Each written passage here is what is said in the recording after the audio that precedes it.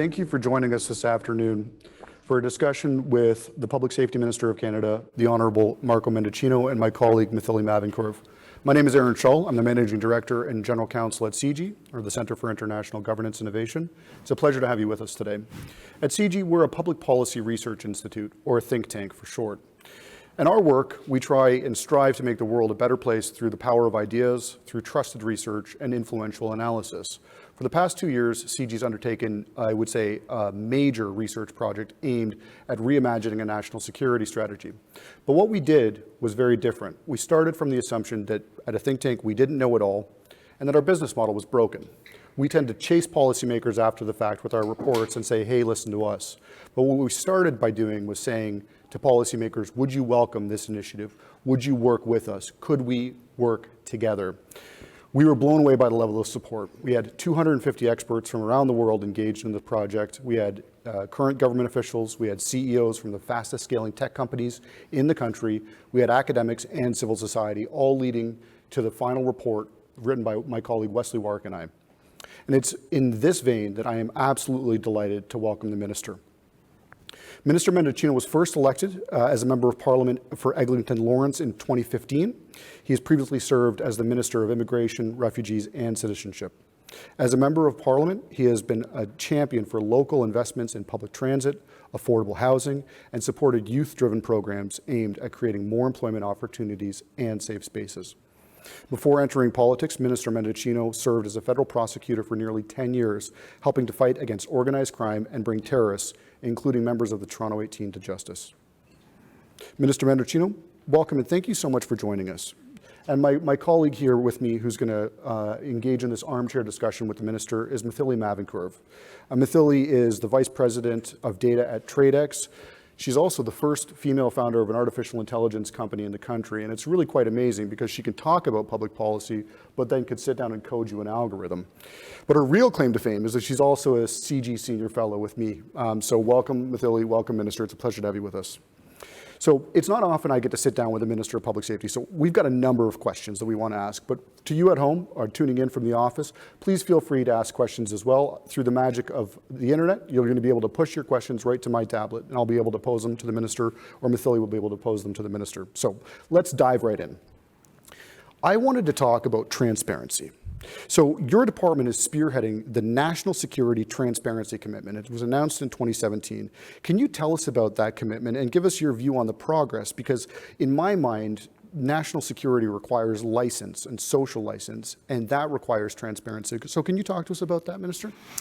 I'm happy to talk about that. And first and foremost, I just want to say a big thank you to CIGI and to you, Aaron and Maithili, for the conversation that we're about to have, and really to thank everybody who is in this space and online for all the work that you do and the thought leadership that you show at CIGI. And I quite liked your metaphor of having to chase down, not only leaders in politics, but right across the continuum on engaging. And I think one of the themes that I want to emphasize throughout this conversation is the need to engage not only within government, but beyond government, in the economy, industry leaders, community leaders who care a lot about our country. And obviously, as we think about where we are at coming out of a 2-year pandemic and wanting to propel ourselves forward, national security does find itself very much at the forefront of our thoughts.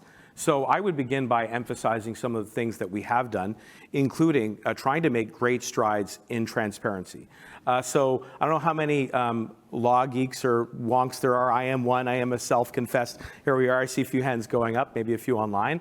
I still enjoy reading the law. I still enjoy reading statute, even though I'm now in politics. But for those of you who are familiar with this space, you will know that the introduction and passage of Law Bill C-59 was a watershed moment for transparency in national security. Why? Because among other things, it created INSIRA.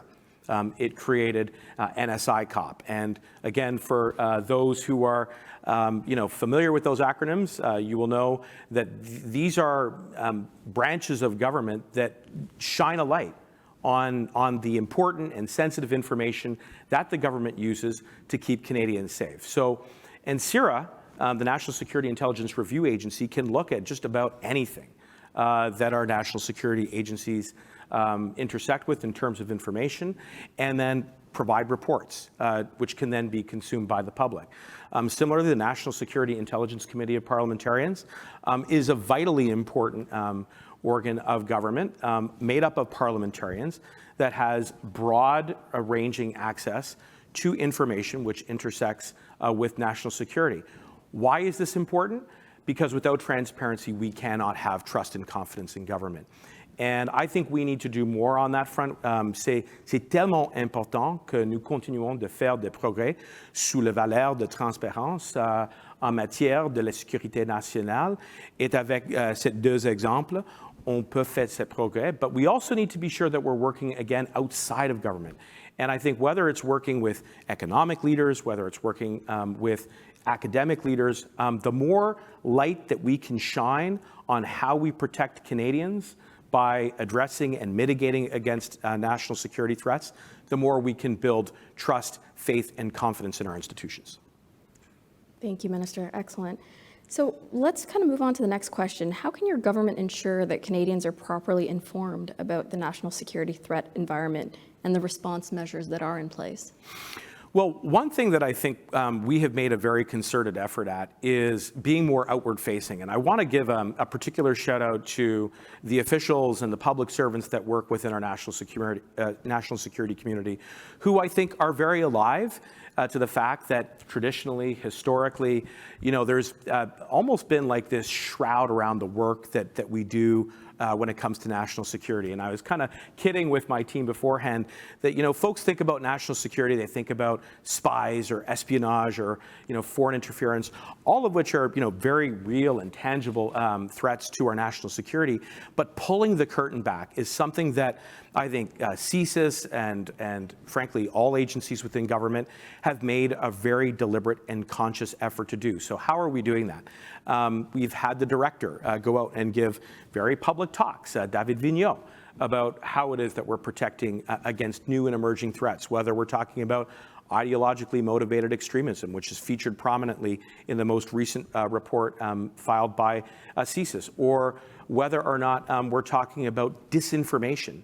And if there's one sort of thought that I would like to register with all of you and within your own communities, again, whether you're in business or the private sector or whether you're in academia, it's that the phenomenon of disinformation poses a unique and accelerated and quantum threat not only to Canadian democracy, but all democracies. And the more outward facing I think we can be about that, whether it's through public speeches by the leaders of public safety and national security agencies, whether it's through the reports that are filed by the committee of parliamentarians that are charged with the responsibility to look at this particular area, whether it's through the work of INSIRA, I think that that will help to build trust and confidence.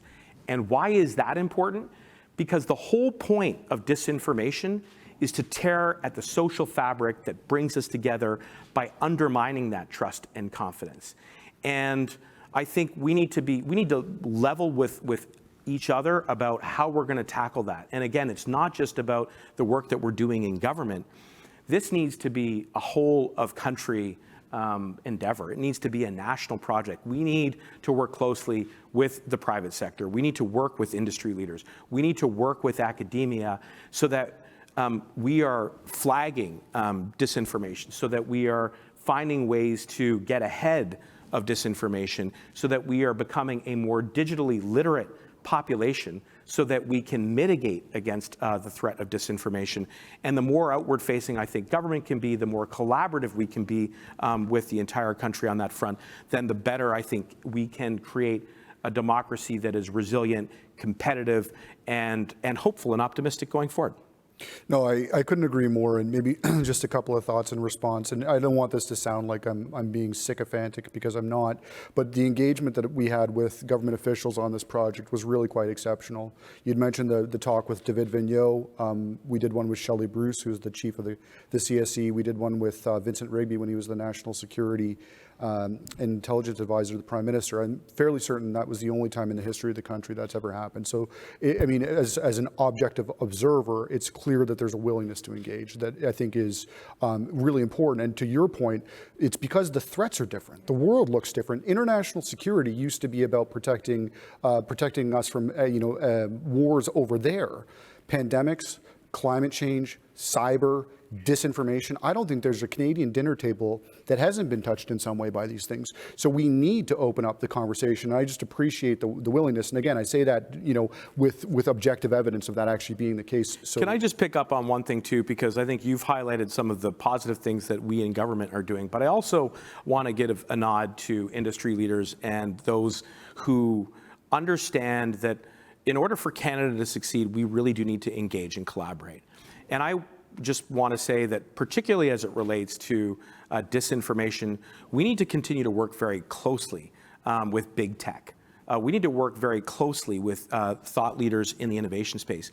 We need to engage directly with social media platforms, who play such an incredibly vital role in offering a platform which can connect people and can share information. But speaking quite candidly, and not only from my own experience, but I think one that we all share, there is just the proliferation of disinformation on platforms that I think really is a call to all of us to really think about how can we flag this information? What is it that we can do to make our population more digitally literate? How is it that we can not only make sure that government has the tools that are necessary to regulate in this space, but equally to ensure that there are the appropriate incentives within the free market to make sure that we're all really attuned to what those threats look like in the 21st century. That's something that I know is something that I'm very excited about being able to do, because if we address that, then I think we're a leader in that space. And again, this is not just something that happens in Canada. Disinformation is posing a real challenge to democracies around the world. Yeah, no, I couldn't agree more. So, I mean, I guess part of this flows to your human capacity, your human resourcing, the people that make up the institutions around you. And obviously, if you're going to be engaging with the world and you're going to be engaging with Canadians, you need to have institutions that look like and reflect the diversity that is in Canada. And so I wanted to pick up on this because I know it's been a priority in a number of the agencies. Can you talk to us a little bit about what you're doing to reflect that diversity that is the country, to be more inclusive? And for what it's worth, and this is an area that's traditionally been quite insular because we were keeping secrets away from the Soviets, and so there's a natural kind of centripetal force there, but you have to open up now and you have to be more inclusive. So can you talk to us about that? Well, absolutely. And one of the things that I recently did was issue new updated mandate letters to all of the agency heads within my portfolio. And one of the priorities that we underlined was the need to make sure that we are recruiting a workforce that is reflective of the diversity of our population. Canadians, in order to have trust in our institutions, need to be able to see themselves. And that's not just in the language and in the text and in making important value statements, but in the people that live and breathe and are committed to this work. And so we need to continue to make strides on that front, recruiting more racialized Canadians, making sure that we are recruiting Indigenous peoples into our institutions. Because I think quite tragically over the last number of years, and this is a problem again and a challenge that has been not only restricted to law enforcement institutions, but all institutions, if there isn't that reflection of our diversity, then it has the effect of impacting trust and confidence. So through these mandate letters, we're redoubling our efforts to make sure that we are recruiting a workforce that does reflect that diversity. We're also making a concerted effort to have training that is culturally sensitive. I mean, one of the challenges that we've been very open about in our government is the pervasiveness of institutional biases, including systemic racism, within the community of public safety partners. And again, to the credit of those agencies, they embrace that challenge. I mean, they have come forward and said, yes, we need to do better to make sure that we are unearthing and rooting out those biases so that we can build on that trust. And I think that the mandate letters is an important mechanism that will ensure that Canadians can hold our government accountable for that progress. And it is precisely because of the complexity and the challenges and the seriousness of the threat landscape as it exists today in national security through various sectors that we have to meet this challenge. And knowing our officials as I do, I'm very optimistic about that work because there is a real commitment to make that progress. Yeah, it's great to hear about the diversity and inclusion piece that you just mentioned, and it's such a big topic even when you're talking about the implementation of new technologies like artificial intelligence as well, and kind of creating biases in there. But let's move from kind of the trust piece to, I guess you could say, accountability. So you're a former prosecutor, and in what national security areas do you feel that more is needed to be done to prosecute offenses? Okay, now I get to geek out because you've basically given me this great softball that allows me to talk about my passion for the law. And it is true that I often draw on my experiences in the courtroom to inform the work that I do in this file. And I think it's important to have public officials who are passionate about their work.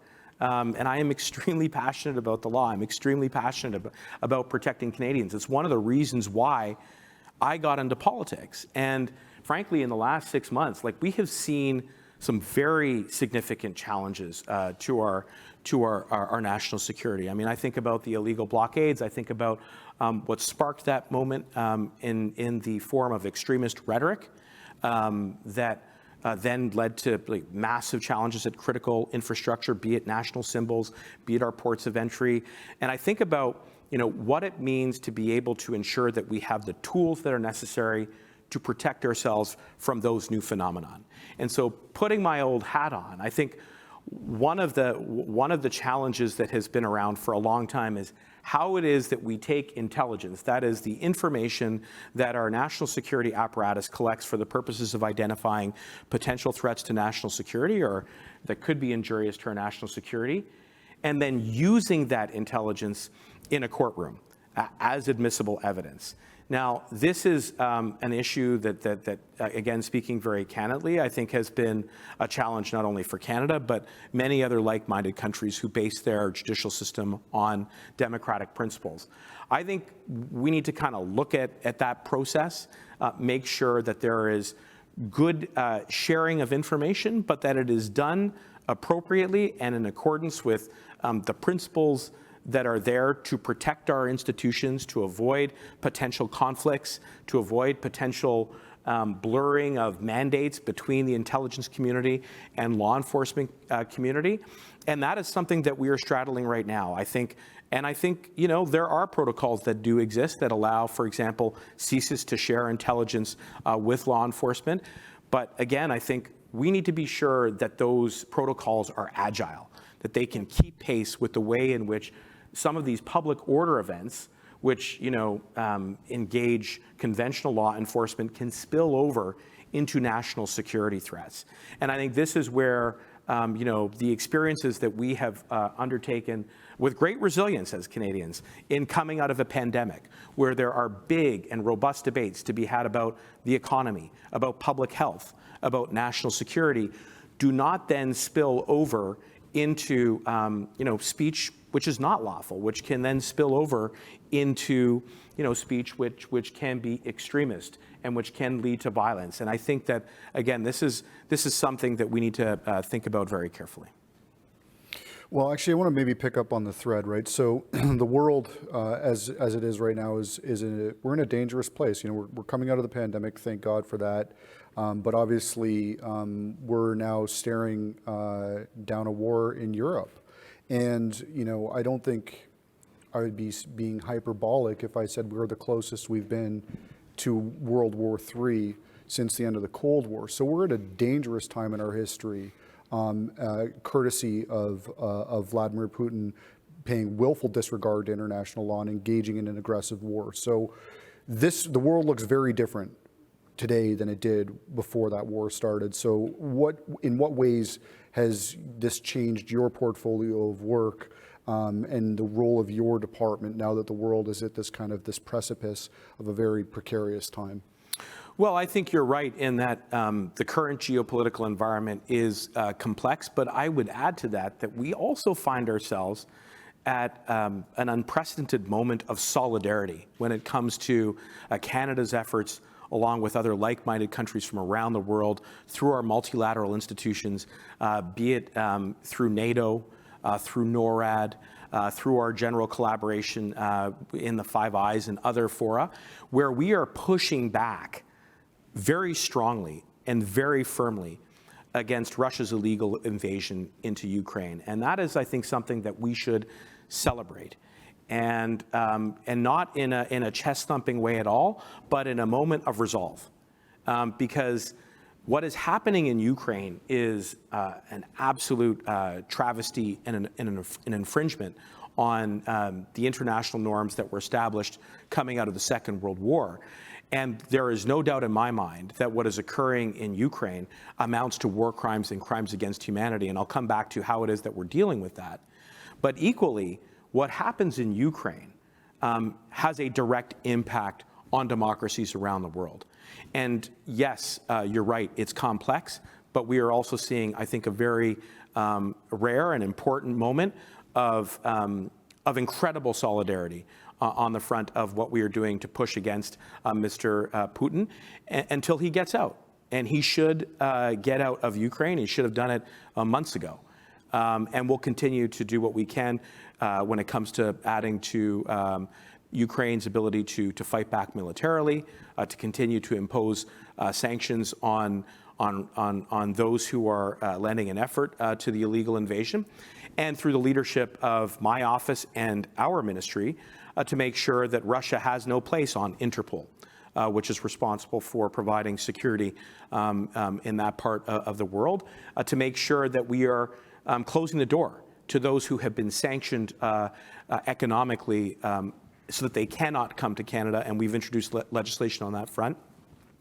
And so that, perhaps most importantly, that on the ground through our agencies, that we are cooperating and sharing intelligence with the Ukrainian government so that they can identify, how it is that they can best respond to the threats that are posed to them. So yes, you're right, definitely a very challenging moment, but we should have real steel in our spine and resolve to continue to support the Ukrainian people however we can so that they can maintain their state sovereignty, but also stand up for the organizing principles and values that enshrines democracy as a way of driving prosperity and peace around the world. So let's bring it back home. The April 2022 budget states that the government will conduct a comprehensive review of the anti-money laundering, anti-terrorism financing regime. What will your department's role be in that review, and when will it be concluded? And if you could talk a little bit about the crypto piece as well, that would be interesting. Well, for starters, we play a policy leadership role. Public safety does in all matters related to national security. And again, I just want to give a huge shout out to the team at the department, who work day and night on really thinking about how it is that we can better protect Canadians from all those emerging threats, including in the financial sector. I mean, let's face facts. No matter what aspect of life you have today, you probably live some part of it online. And, whether it's through banking or through investment or saving up for your retirement, those adversaries who are against Canada and Canadian interests look at exploiting that reality by going online and trying to tap into your personal information or, steal through fraud. And that is a real challenge that we are addressing through Budget 2022, through, among other things, additional reinforcements in terms of resources to RCMP and to other agencies within the space, but equally showing policy leadership through the creation of a new financial agency, which is something that I will be working very closely with our Deputy Prime Minister and Finance Minister, Chrystia Freeland, on. Why is this important? Well, precisely for the reason that you identified. There are new non-conventional ways in which people are investing around the world, including through the emergence of cryptocurrency. Now, I think, like every new technology and every new innovation, there are potentially opportunities there for us to explore. But we have to be eyes wide open about the fact that with those new emerging trends and innovations, that there are risks and threats which can be exploited by our adversaries, state and non-state. And so where cryptocurrency is used for the purposes of subverting law enforcement, where cryptocurrency is being used for the purposes of subverting transparency and accountability, the government needs to work very closely with the financial sector to make sure that we are protecting Canadians. And I know that that is something that we are deeply and profoundly committed to doing, again, across the country, so that we can seize these opportunities, but that we can do it in a way that really ensures that there is trust and confidence in our institutions, and in a way that is transparent with Canadians, so that Canadians can make the best possible informed choices when it comes to their finances, both present and future. And that is something that I think will be advanced very significantly, not only through the investments that we're making in Budget 2022, but through the policy leadership that is being demonstrated by my department.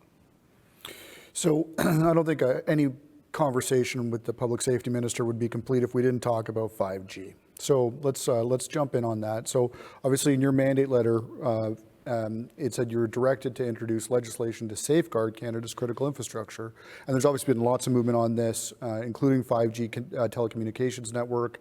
You can't pick up a newspaper without seeing a story about this. So can you talk to us about your efforts on 5G and kind of walk us through some of the thinking and some of the action on that file?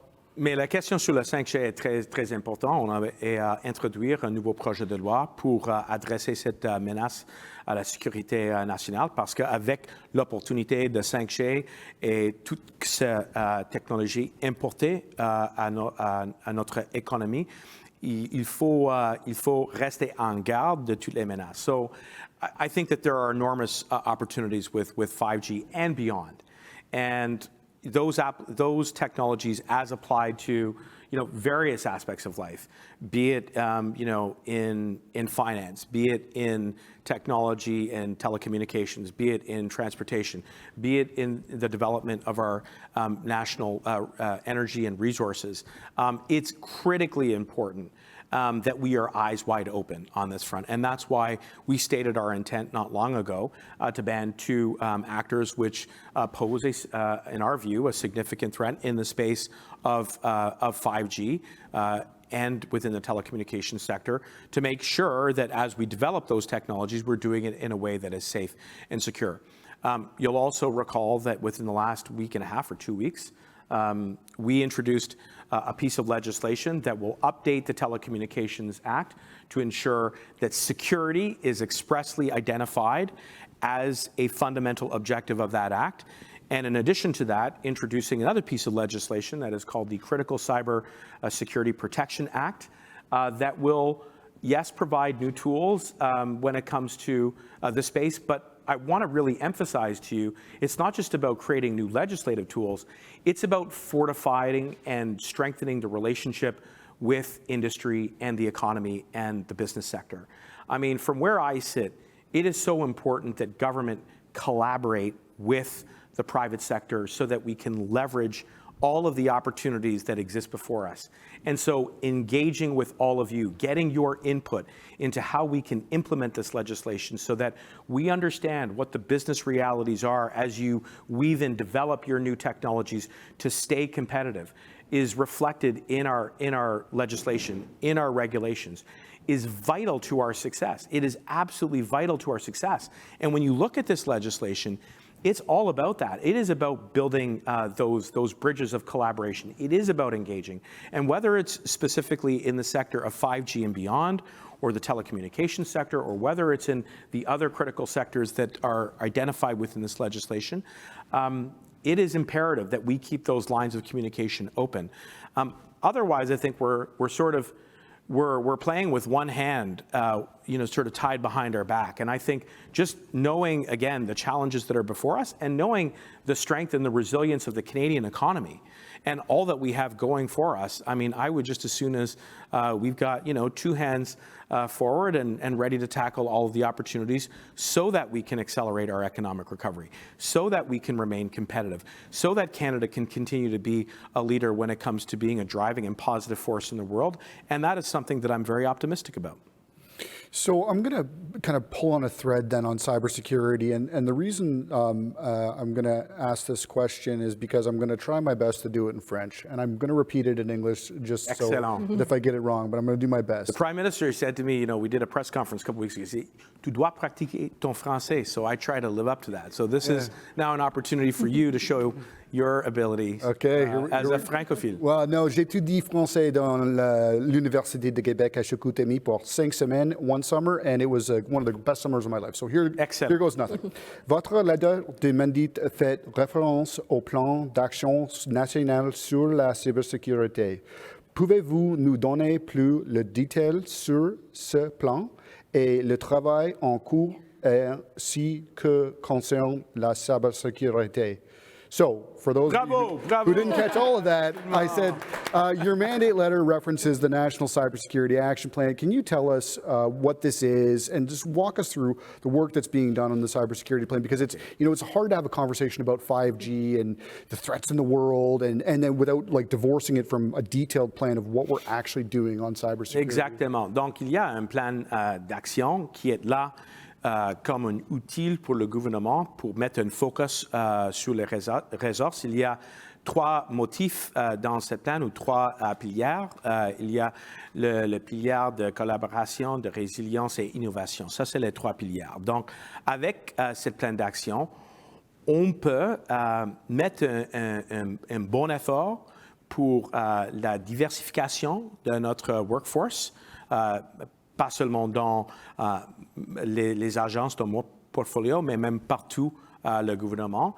Il y a un effort pour renforcer les lignes de communication entre toutes les agences qui travaillent dans l'espace qui est impliqué par la sécurité nationale et la sécurité publique. Et au même temps, et finalement, il y a un effort de rester en garde de toutes les menaces qui sont une partie de la landscape. So in a nutshell, there are sort of 3 main pillars to the Cybersecurity Action Plan, which is really a tool to focus on our efforts around resilience, collaboration, and innovation. And here we make an effort to diversify our workforce, to make sure that that workforce has all of the tools and the resources that are necessary to meet the challenges, and also to make sure that we are collaborating, not only internal to government, but that we are keeping those lines of communication open outside of government. And I think here, this is one of the main themes that I'm trying to emphasize in our conversation today, is that national security requires engagement. It requires that we are all rowing in the same direction, not only within government, but with all of you and the various constituencies that you represent. And the action plan is part of a sort of a broader, I think, policy architecture around the cybersecurity strategy, which has been put into place, a strategy that we are in the process of renewing. And that itself is also part of a broader national security strategy, which, you know, I know we're coming to in our conversation, but the last time we had a national security iteration was in 2004, and I know, you know, there's a lot of thinking that is being put into whether or not, you know, we need a new one, and I'm very mindful of this report right here. A little bit of a plug for, I see Wesley Wark in the audience applauding, but a plug for this report, and obviously I know CIGI was very much involved with that. So in your view, what are some of the benefits of applying a multi-stakeholder approach to national security strategy? I know it's been a long time since we've had our last strategy updated, so you can touch on that a little bit in terms of what the merits are. But what are some of the challenges to engaging stakeholders in this environment? Yeah, it's a really good question, and I think one of the challenges is obviously to be, again, very candid and open and transparent about the challenges that we face when it comes to the work that we do in national security. And I do think that means, again, leveling with all Canadians that institutional biases, systemic barriers, seeing, you know, some communities disproportionately intersect with national security and public safety partners is a way to build trust. And I think we have made strides, and we need to continue to make more strides in really opening up and pulling back the curtain on how it is that we do this important work And again, I know my departments and my agencies are really committed to having those conversations with communities right across the country. And there's more work to be done. And I think only good can come from that, because if we are being candid, if we're being open, if we're really united in this work, then we can mitigate, not only mitigate those challenges as we face them, but we can further strengthen the trust and the confidence in our institutions. So I think that's one of the challenges that we face collectively, and it's one that, again, I'm very hopeful and optimistic that we're going to be able to meet, knowing the goodwill within government and among Canadians to do just that. As it relates to like the question of modernizing or refreshing our national security strategy, let me say a couple things. First, the last time there was a publication on the subject matter of a national security strategy was in 2004, which came in the aftermath of 9/11. And there was an obvious moment and juncture there for Canada to really reflect on how it is that we can better protect ourselves from, at the time, new emerging threats around domestic terrorism. We're no longer in that moment. We're in a different moment now where there are new threats and new challenges, and we've spoken about it in the form of disinformation, in the form of hostile state activities, which can manifest through foreign interference or through cyber attacks or through ransomware.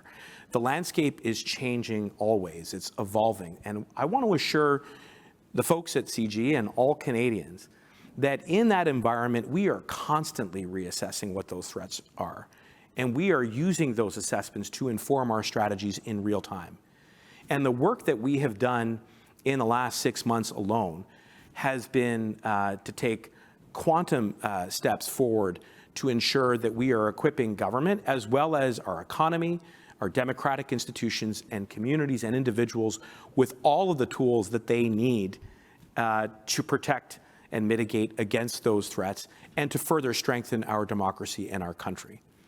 At the same time, I also think that because we are at this, I think this inflection point, that it does merit a national conversation. And that's one of the reasons why we're here today, is to build on the work that has been done by CIGI as you chase after us for all the right, posing all the right questions and hopefully coming together with the right answers to devise solutions. And I, do want to really commend the work of Aaron and Wesley when it comes to this report, which, among other things, talks about greater transparency, updating legislative tools, building stronger lines of communication across society between government and the private sector. And yes, examining how it is that we can be sure that our national security strategy does really reflect the challenges. I embrace that as a minister. I think our government embraces that conversation, and that's how we will continue to propel ourselves forward. No, and I really appreciate that, and I mean that in the truest sense of the word. And you'd said we're talking about multi-stakeholderism, and that means there's multiple stakeholders at the table, including groups like ours. It means we got to chip in too, right? This is not just about governments. This is about governance. And I remember it was David Vigneault said, national security is a team sport. I agree, right? So it's not just about what government does or what the government can do, but it's about a societal approach to making sure that we're safe and that we're secure and that we have the life that we want. We all got to chip in on this thing. Absolutely. And, again, sort of brainstorming this conversation with the team before we came here, the fact is that yes, national security is a paramount objective. Like, in order for us to, fully, I think, make the best of the Canadian experiment, we do have to think very much with open eyes about what challenges there are. And I think, again, about some of the informal conversations I've had with people in this room. I mean, saw Natalie last night on the way to Ottawa. We talked about the role that government can play to set the appropriate conditions for Canadian innovation success. And how, Canadians are such great innovators. We invent new technologies. We are great conceptualizers of new ideas, which are unique and have such a value. I think the next important step that we should take as a country is how we can take those ideas to scale and make sure that there are Canadian successes for Canadian workers and Canadian companies. And that is something that is very much, I think, related to and impacted by national security. And I think about the work that we're doing across government. I think about the work that CSE is doing in the Canadian Cyber for Center Security, working closely with small and medium-sized enterprises, like offering just good, smart tips on how to protect your idea, your concept from potential threats to your business model, whether it's through ransomware or whether it's through better firewalling, et cetera. I mean, I could not agree more that it has to be a whole of society approach. And again, I mean, I think CIGI plays a really important role as a thought leader and as a convener for those conversations, and one that we're very happy to be engaging on.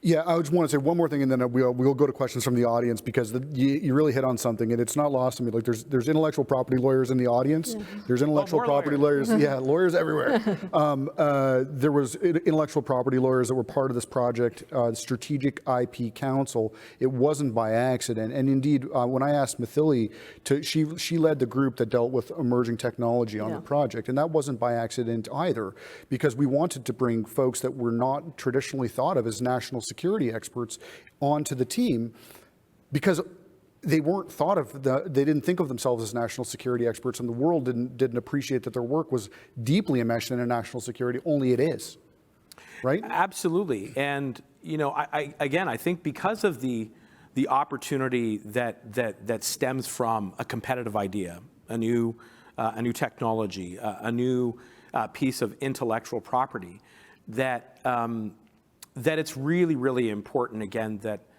that not only government, but that the developers of those ideas outside of government in the industry are really working together to make sure that the tools and the various things that we put into place to protect that idea, so that it can be cultivated, so that it can be maximized as a value that can do good and that can generate prosperity and growth, is so incredibly important. And I think one of the things that, coming out of this conversation, we're going to be doing over the course of the summer is doing a full court press when it comes to engaging all of you, and I think Canadians, to protect the Canadian economy. And this is an opportunity, I think, for you to bring your best advice, your best recommendations to the government. And we do that in a variety of ways. It's not only about devising new law and new administrative tools and regulation, et cetera, but really making sure that we understand how we can set the conditions for success, not only at the development and innovation stage, but equally beyond that. And I think that's the kind of feedback that I've gotten, I know many of my colleagues have gotten, which is, okay, great, we have this idea. Now, how do we take it to scale? How do we make sure that we are leveraging those ideas beyond, so that Canada can continue to assert its economic potential, not only here, but around the world? And that's something that should motivate us. I mean, we have a lot going for us. I mean, tremendous geographic space and diversity, and our people. I mean, Canadians are extraordinary people. I mean, we have really emerged, yes, out of the pandemic being tested, but we have risen at every single critical juncture to the occasion. And that is, I think, a reflection of, I think, everybody's commitment to continue to double down on the Canadian experiment. And that is something that should be singularly motivating for all of us. And yes, national security fits into that. And yes, collaborating with all of you and Canadians fits into that. But it's really rallying around that Canadian idea, and that's something that inspires me. So we got to go to questions from the audience. I promise. Oh, good. Do you want to go to the first one? We've got one. Sure. Yeah, we've got one from Anonymous. Anonymous? Yes. So there are communities. Not a bot. Yeah. Anonymous Russian troll 123. I hope these have been QA'd. There are communities of people who have not traditionally had access to being eligible to apply for national security or intelligence work.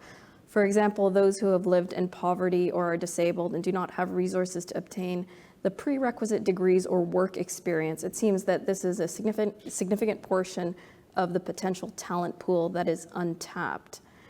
I understand that there are inclusionary efforts being fielded. Does that include anything to aid in the recruitment of the non-traditionally educated, or funding offered to train them? The short answer is yes, and we talked a little bit about that in our conversation about how through the issuing of new mandate letters, we've really put an emphasis on diversifying our workforce within the government and making sure that we are looking at a wide array of tools, but equally experience. I mean, I think one of the reasons why we want to diversify our workforce, it is because the lived experiences of the individual who becomes a member of the public safety and national security community really forces the institution to evolve and to reform so that we can enhance trust and confidence. And I think, the question really does align with the work that we are undertaking, as we mentioned throughout our conversation. Yeah.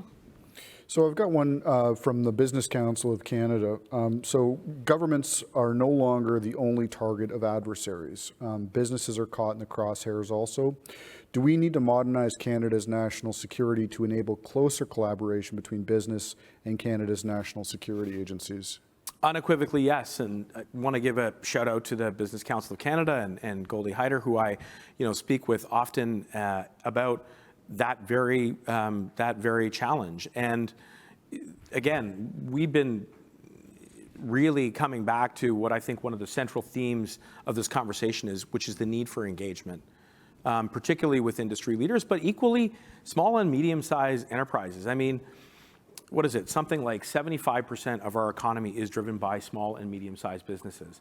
We tend to think about some of the bigger employers out there because they disproportionately hire and employ large numbers of individuals. But the reality is that it is the small and medium-sized entrepreneur, the person who goes out and decides to take a leap of faith in themselves and the idea that they bring to the economy, that is one of the main propellers and engines of our growth and our prosperity. And so equipping though that part of the economy with the tools they need can only be maximized and achieved if we are engaging. And I think whether it's through my portfolio or some of the other portfolios we mentioned, the Canadian Centre for Cybersecurity is a great way to build those bridges and to really get the best possible advice, but equally offer some support to those parts of the economy which are essential to our future prosperity.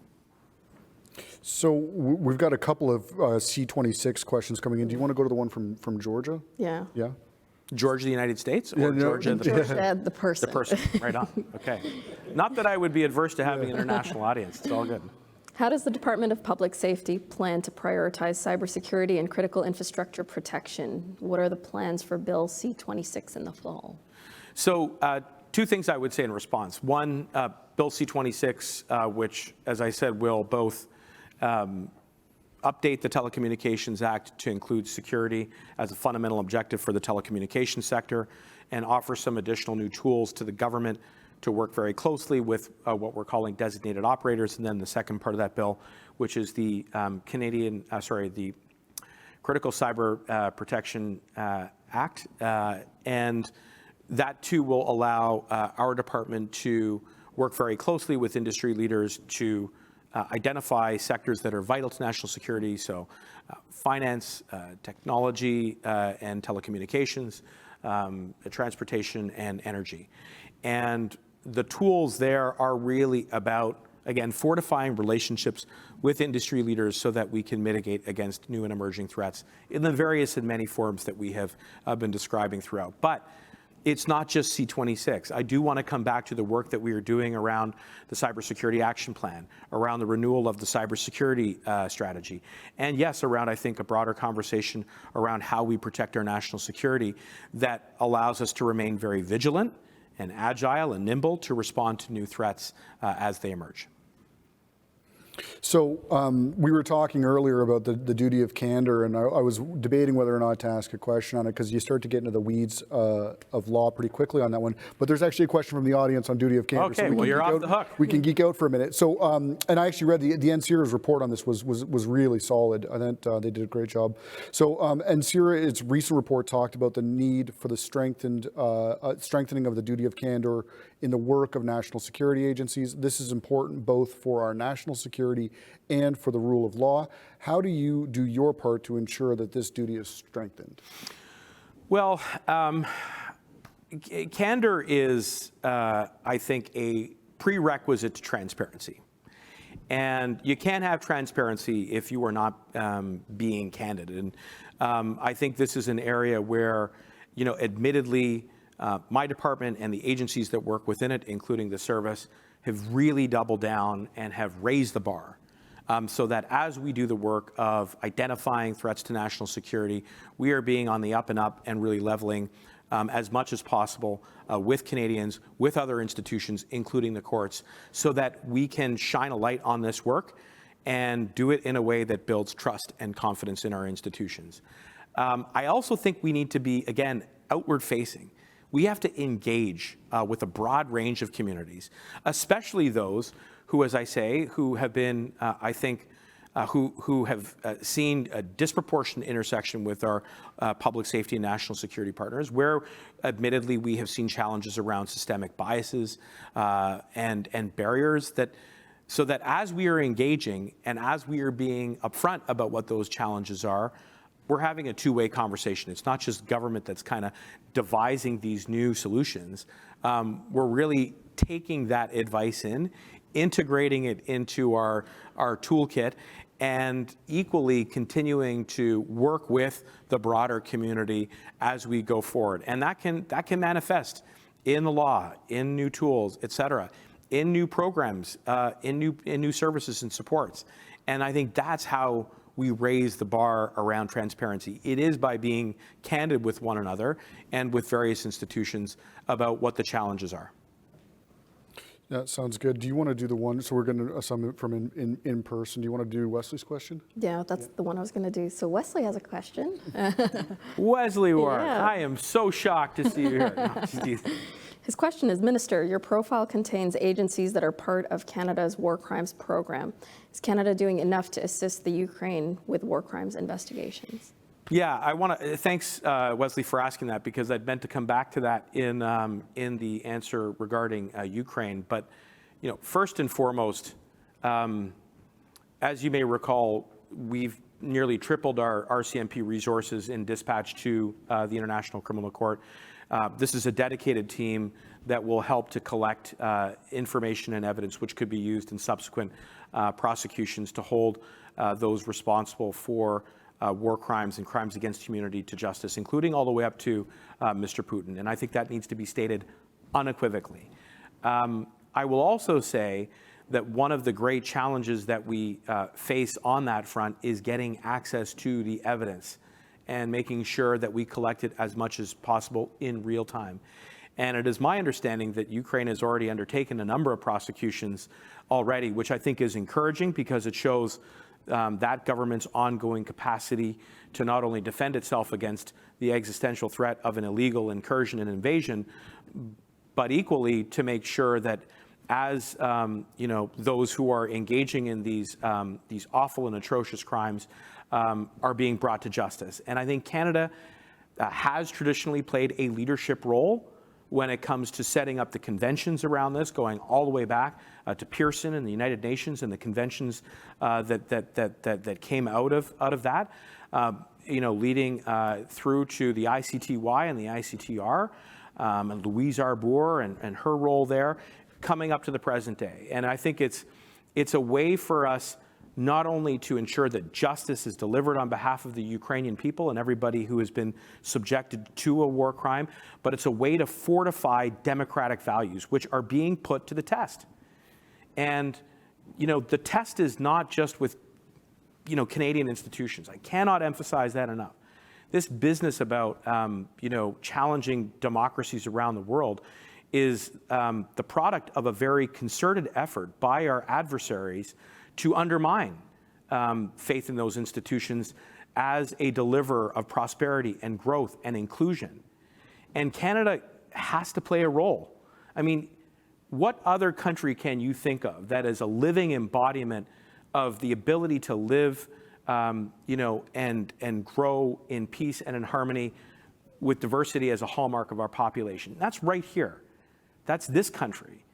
And I think our work in holding those who are accountable for undermining that experiment here, but especially in Ukraine right now, is a fundamental part of the way in which we can continue to show that leadership on the world stage. So we got a good one coming in from the audience, and it goes right at the tension between this need for transparency and the need for secrecy. So the question reads, civil society and the private sector are still digesting Bill C26 on the cybersecurity bill.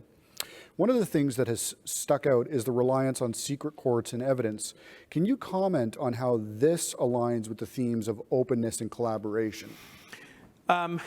I would say that from the standpoint of, the need to be able to balance those two interests, that is to say, yes, to make sure that we protect information which, if it was broadly disclosed, could pose a threat to our national securities. So I think about the various technologies that we deploy to protect Canadians every single day. When you navigate, your life online, we use strategies and firewalls, et cetera, to protect all of us, with the need to be open and transparent about how we strike that balance is critical. And I think it ties into what, I think one other questioner posed in the form of the duty of candor.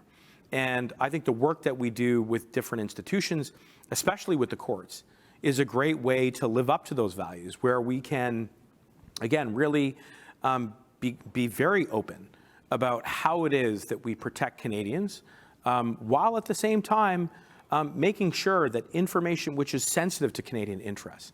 I'll take another obvious example. Like, we dispatch our Canadian military abroad to ensure that Canadian interests and our allies are protected. Of course, we would not want to publish exactly where they are going to be or what they are going to be doing until it was safe for them to do so.